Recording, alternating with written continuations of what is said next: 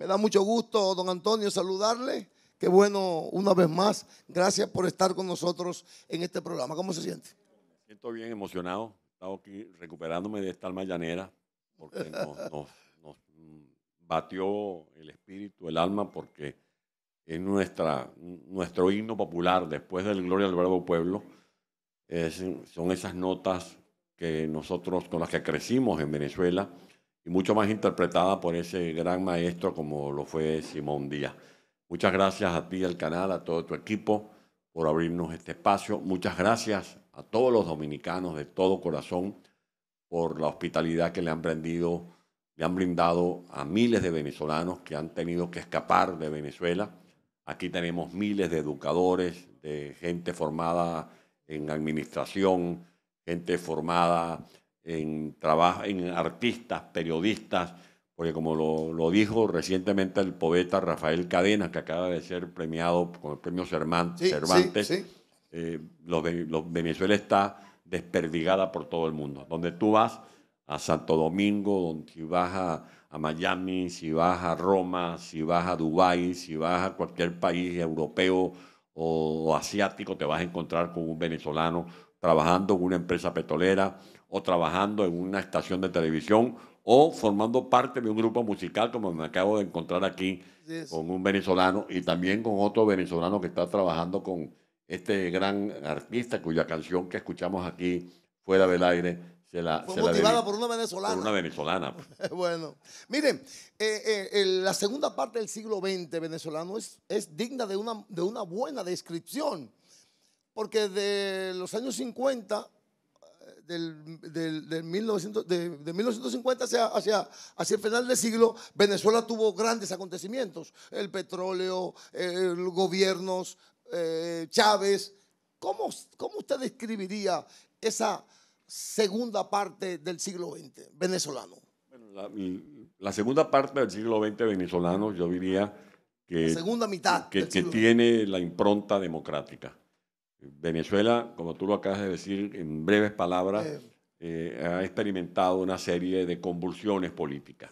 Desde la guerra de independencia pasamos a la guerra federal que diezmó la población, hubo el sacrificio de decenas de miles de venezolanos y después vino una seguidilla de montoneras, de caudillos, de gobiernos relancinos, donde la impronta la dejaba, además del caudillismo, el nepotismo, por ejemplo. Todo ese proceso de tiranías, de dictadura, se superó cuando comenzó la democracia a partir del 23 de enero de 1958. Fueron 40 años de democracia. ¿Qué logramos? Bueno, masificar la educación, que se produjera un ascenso social, surgió lo que muchos dominicanos conocieron en mi país, que fue la clase media. Venezuela era visto como un país que dictaba cátedra en materia democrática y luego viene este ciclo de oscurantismo que comienza con el régimen de Chávez y se ha prolongado ahora con la dictadura de Maduro, un país donde no hay instituciones, donde no hay separación de poderes, donde no hay libertad de expresión, donde opinar es un delito, como me ocurrió a mí, que como tú lo leíste en mi resumen biográfico, padecí más de 1000 días privado de mi libertad simplemente por haber cometido el delito, entre comillas, de opinión. Un país donde el salario actual de un venezolano está por debajo de los $10, porque hoy el dólar equivale a 17 bolívares al día de hoy y el salario mínimo es 130 bolívares mensuales.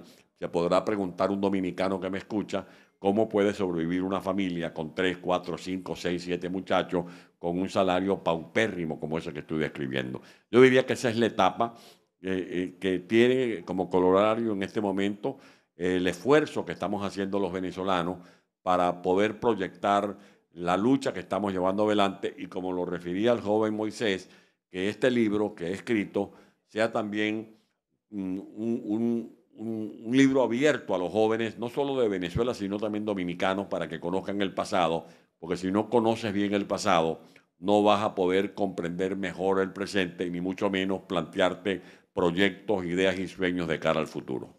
Mire, don Antonio, Carlos Andrés Pérez es un venezolano muy querido y muy respetado en República Dominicana. Tuvo una relación de amistad trascendente con Peña Gómez. el líder José Francisco Peña Gómez. Descríbame, como estamos en televisión, ¿qué quiere usted contar de Carlos Andrés Pérez aquí? Bueno, que como lo dijo Moisés, asumió la política desde muy joven, porque a veces, y sobre todo los dictadores, tratan de influir en los jóvenes diciendo que no se metan en política, eso no es bueno. No, si queremos mejorar la política, si queremos mejorar la economía, los servicios públicos, la educación de un país, hay que meterse en la política para hacer política con P mayúscula, la política buena, la política decente, porque la política no son sino ideas, proyectos, sueños, ilusiones que uno puede convertir en realidad si persiste, como lo hizo, por ejemplo, Carlos Andrés Pérez, que le dedicó más de 70 años de su existencia a la actividad política.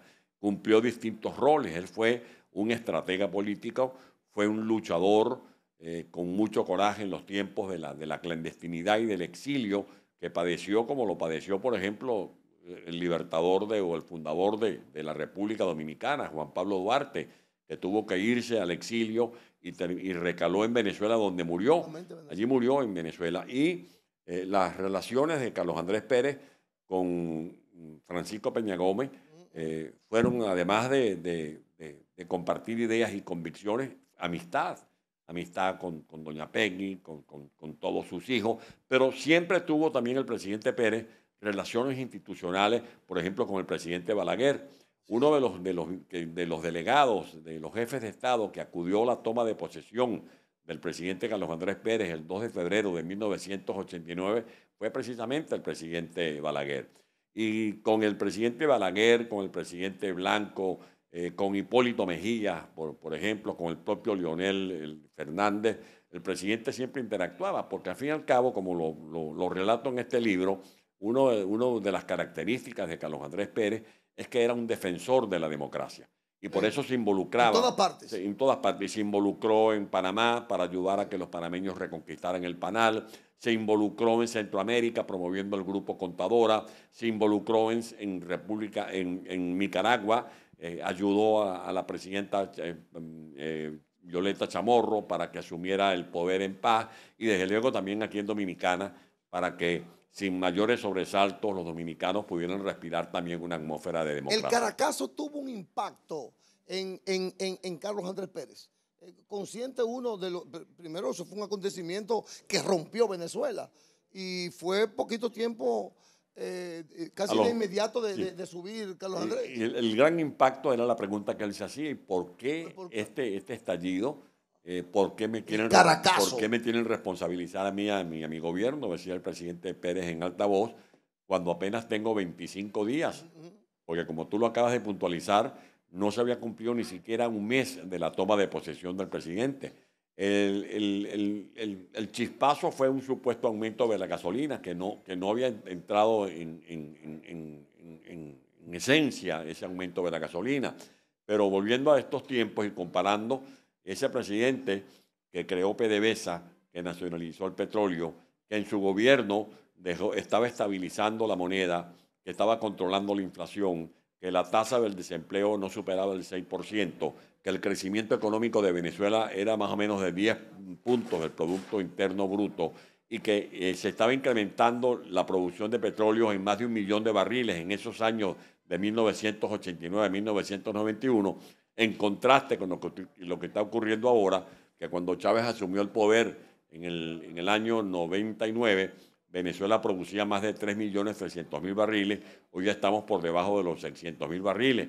Y Venezuela, que era un país riquísimo, hoy es un país pobrísimo. Y Venezuela, que es el país con las mayores reservas de petróleo, no tiene gasolina. Esos son los contrastes y son realmente las consecuencias de haber caído en las trampas de la antipolítica, de esos discursos populistas que son un maleficio para los pueblos que los padecen.